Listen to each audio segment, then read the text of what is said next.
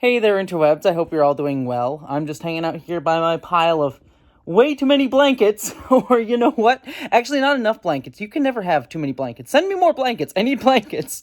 But anyways, sadly, I'm talking about something that is not too much fun, because as many of us, I think, have been aware over the past few days and weeks, the rhetoric around trans people from anti-trans bigots like Michael Knowles and Matt Walsh and Candace Owens even has gone from switching to implied desire for violence against trans people, like calling us groomers and pedophiles and all of that frustrating, disgusting, ghoulish nonsense, and taking it to its next logical step, which is, quote, the elimination of transgenderism. Transgenderism must be eradicated from public life entirely.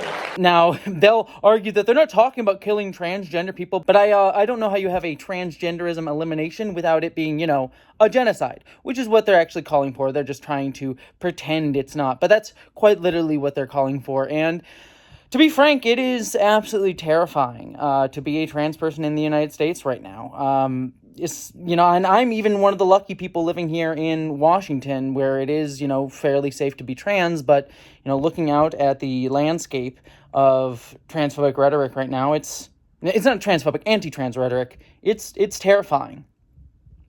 That being said, there is one thing that does kind of make me laugh in all of this, in that I've seen headlines where you see people like Michael Knowles and Matt Walsh and Candace Owens saying that transgender people have demons inside of us, like legit demons. Because the doctrine of transgenderism, I just finally figured it out today.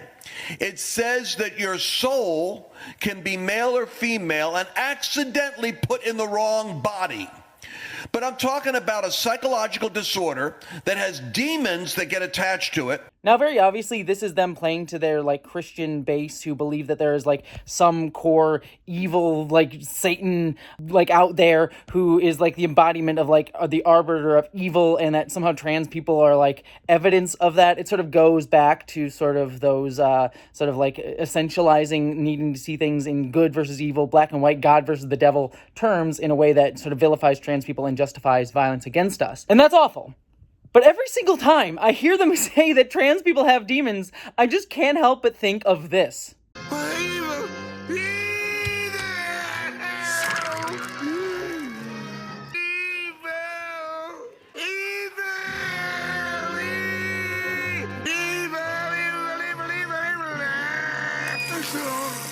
I just hear Mermaid Man running around and going, evil, evil. It's just so stupidly ridiculous at this point. And obviously it's terrible, but it just, to a degree, you have to laugh at it, at how ridiculously over the top it is. Because, in actuality, as a trans person, I don't have demons inside of me. What I do have is the aliens from the Star Trek The Next Generation episode Conspiracy inside of me.